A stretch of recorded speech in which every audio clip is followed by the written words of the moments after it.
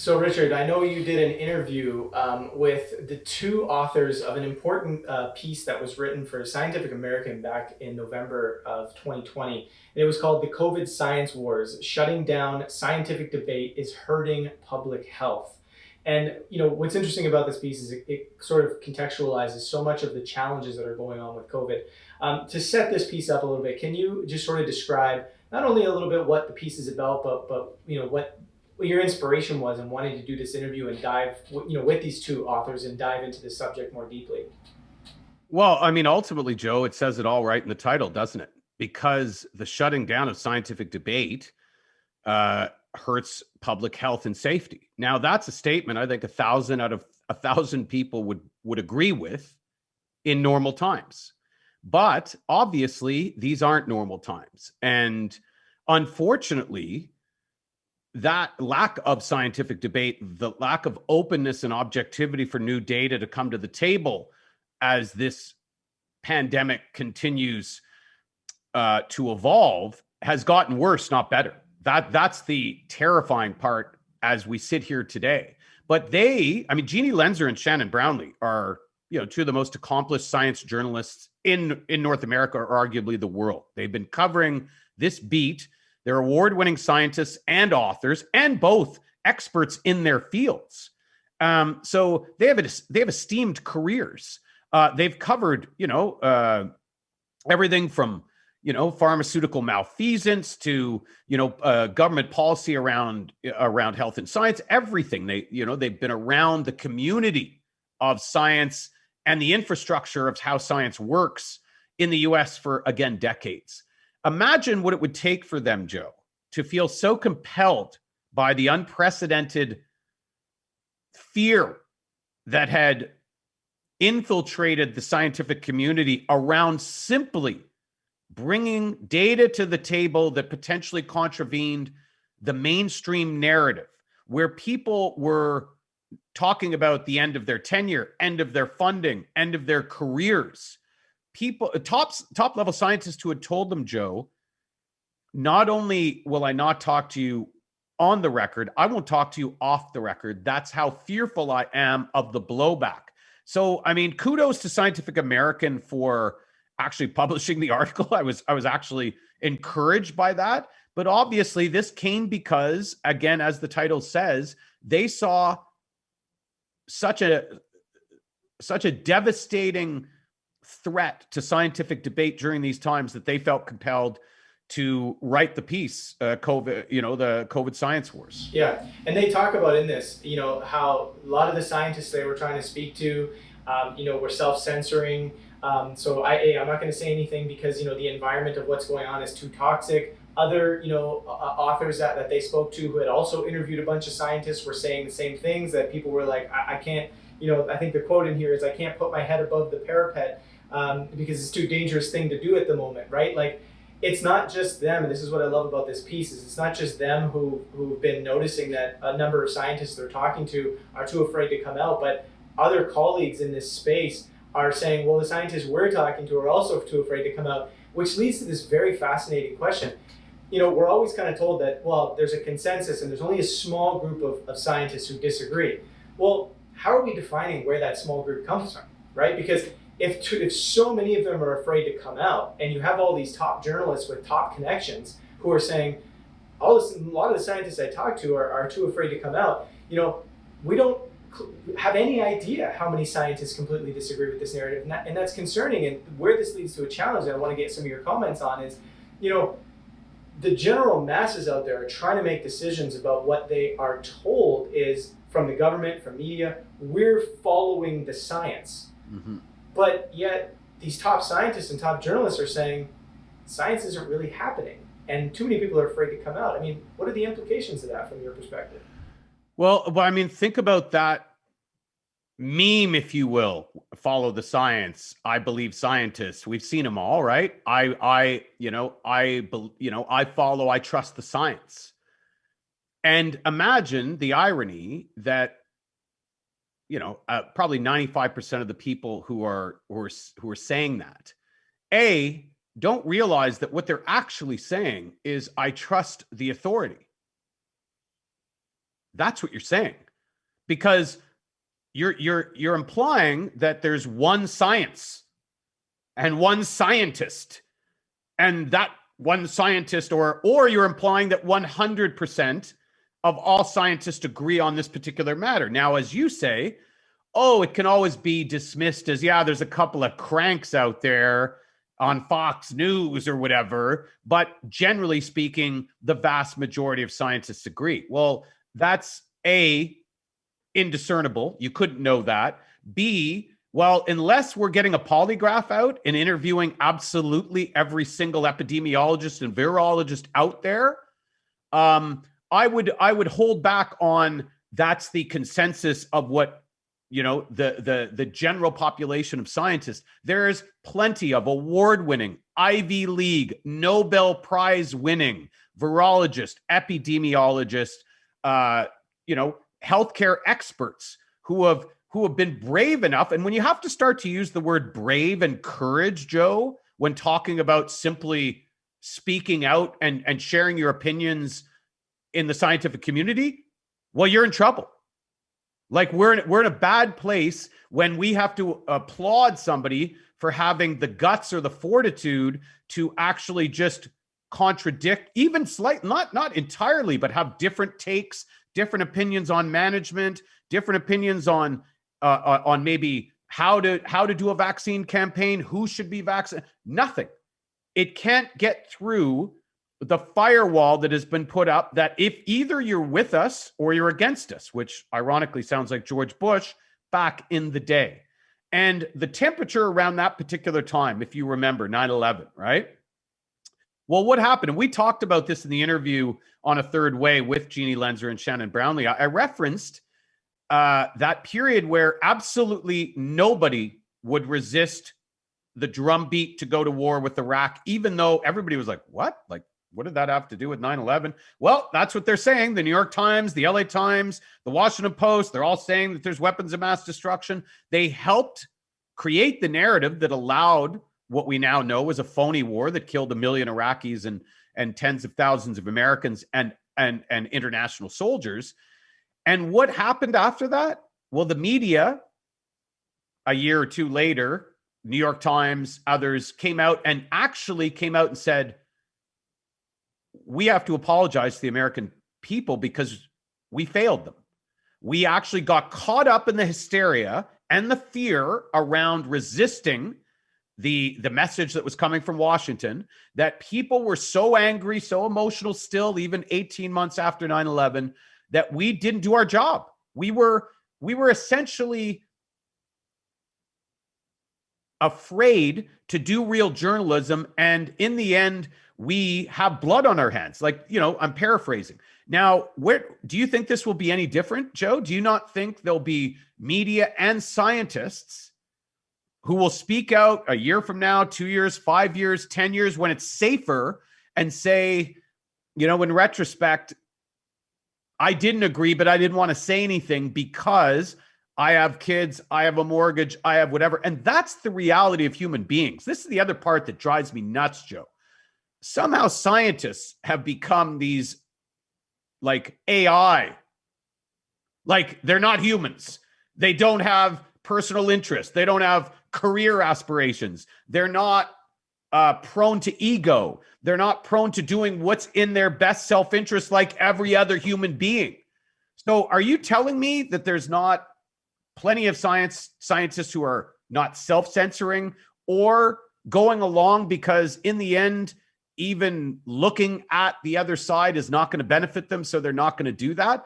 And again, what do we have? In the end, we don't have science. Yeah. And it's, and it's funny because, the characters that are coming out and are sort of telling the public, hold on, we might be making some mistakes here, right? The type of mistake that causes the media to have to apologize for their weapons of mass destruction failure. You got John Ioannidis, epidemiologist and professor of medicine at Stanford University, who, he's been touted in mainstream media as, being one of the most influential scientists of our time, super celebrated individual, now coming out against the COVID narrative, if you will, which I don't even think that's fair to say. I think he was more so just saying, "Hold on, there's more to this picture," and now he's being thrown, to the edges. And there's many like him, many celebrated scientists like him. And so, I asked the question because I know you have a ton of experience with media and newsrooms and how things operate and what's going on. I know a lot of contacts that you've spoken to have said things to you. What is happening in media right now that might be similar to what happened during the weapons of mass destruction failure that is causing them to not listen to scientists like this, but instead write hit pieces about them? What's going on in those places? Well, we cited it earlier, Joe. In the end, we're all human beings, right? Wow, thanks, Richard. Breaking news. But when we forget that, we assign these aspects and identities and behaviors to these abstractions: media, science, politics, whatever, doctors. And in the end, the one thing they all have in common is they're human beings. And what do human beings operate on? Well, if you're a fan of Westworld, you would know that the core drive of human beings, at least according to the hosts, is survival.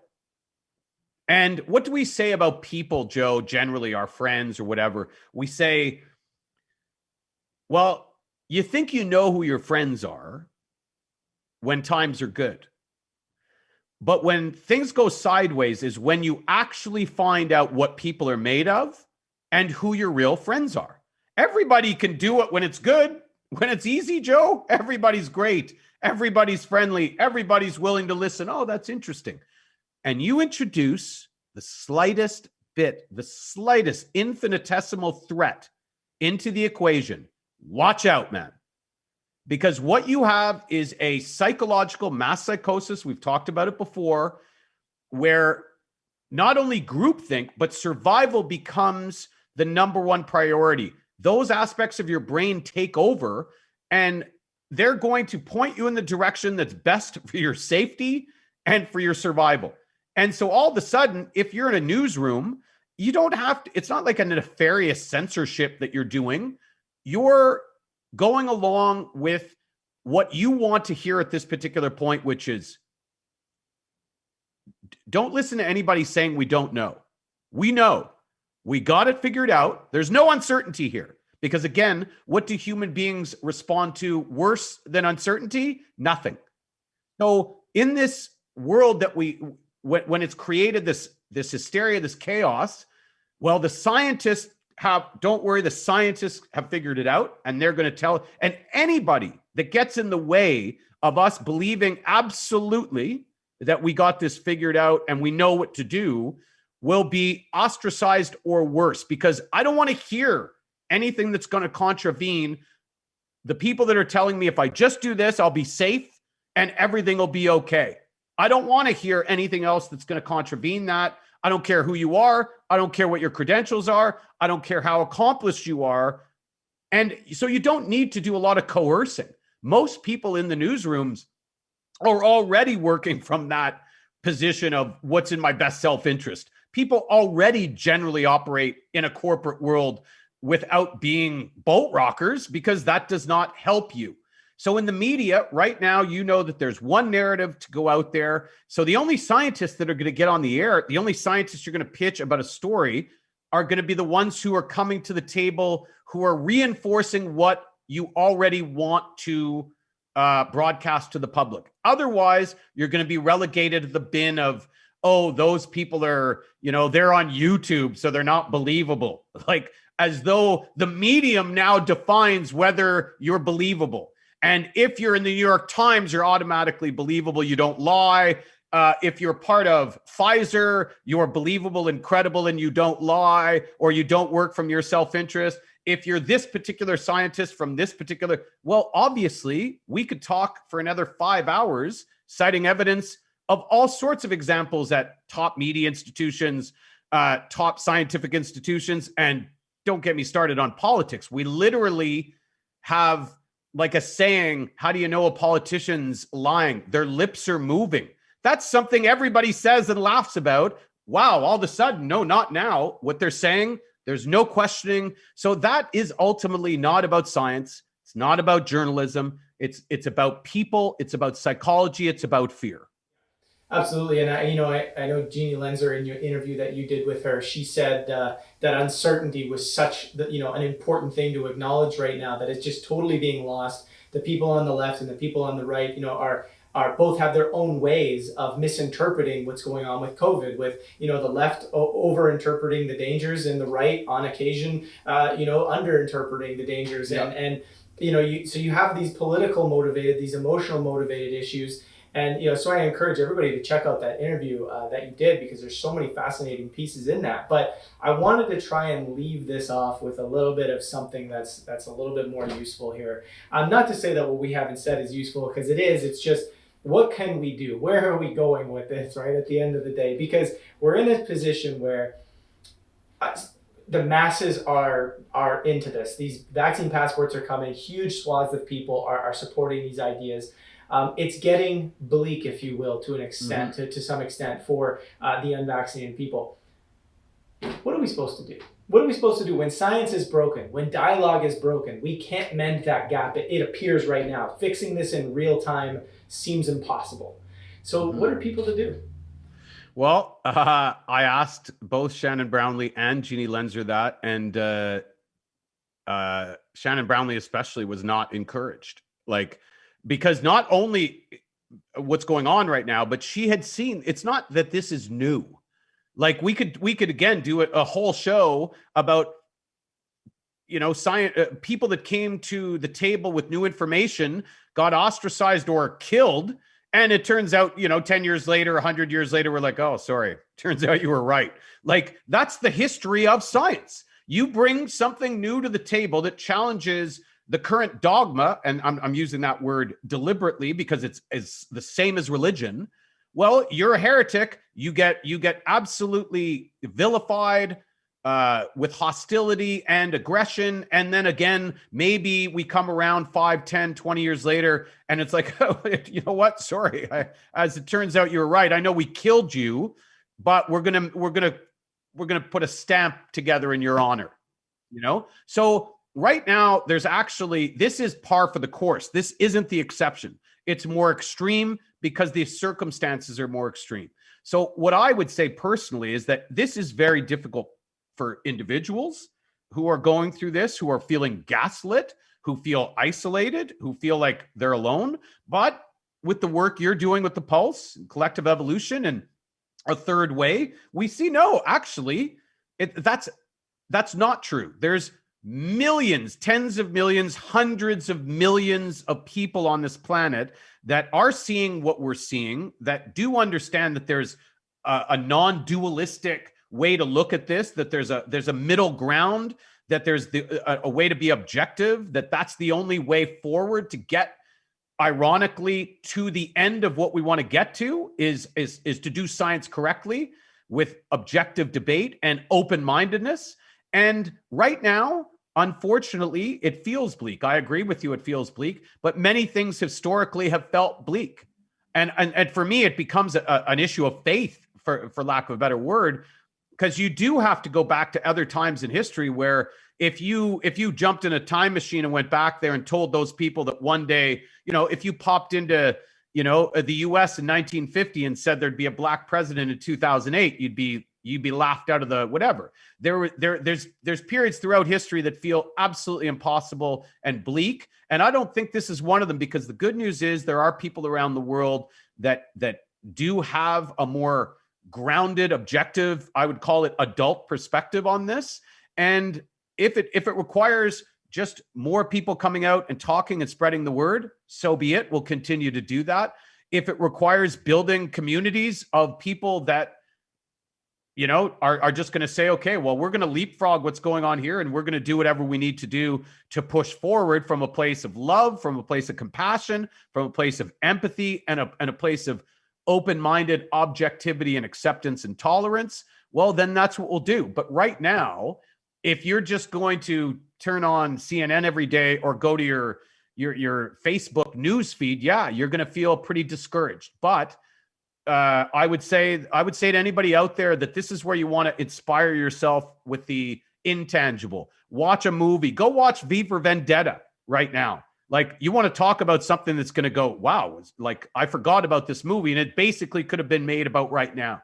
Go watch movies that inspire you. I was listening to some Bob Marley earlier. Everything's going to be all right, Joe. Whatever you need to do it, because we need to keep ourselves at a higher vibrational frequency than we are generally when we feel that things are bleak and dark. Absolutely, well said. And we offer a lot of different things for people watching, different community stuff that we have in our membership that can help with that. But this was a fantastic conversation. Again, I want to encourage everybody to go and check out that Science Wars interview that Richard did with Jeannie Linzer and Shannon Brownlee. It's fascinating takeaway, and it's a great thing to send to a lot of different people, because this is these are top credentialed people that have been around for a very long time looking at this. Very grounded, ringing the alarm bell, if you will. So thanks again, Richard, for your insight and the work that you're doing. Thanks, Joe. And I want to again applaud Jeannie Lenzer and Shannon Brownlee, who did have the courage to go out and go against the flow when it, as we talked about, it's not generally in your best interest. So we need more of them out there doing the work that they're doing and doing the work that you're doing here with the Pulse. That's it. That's all.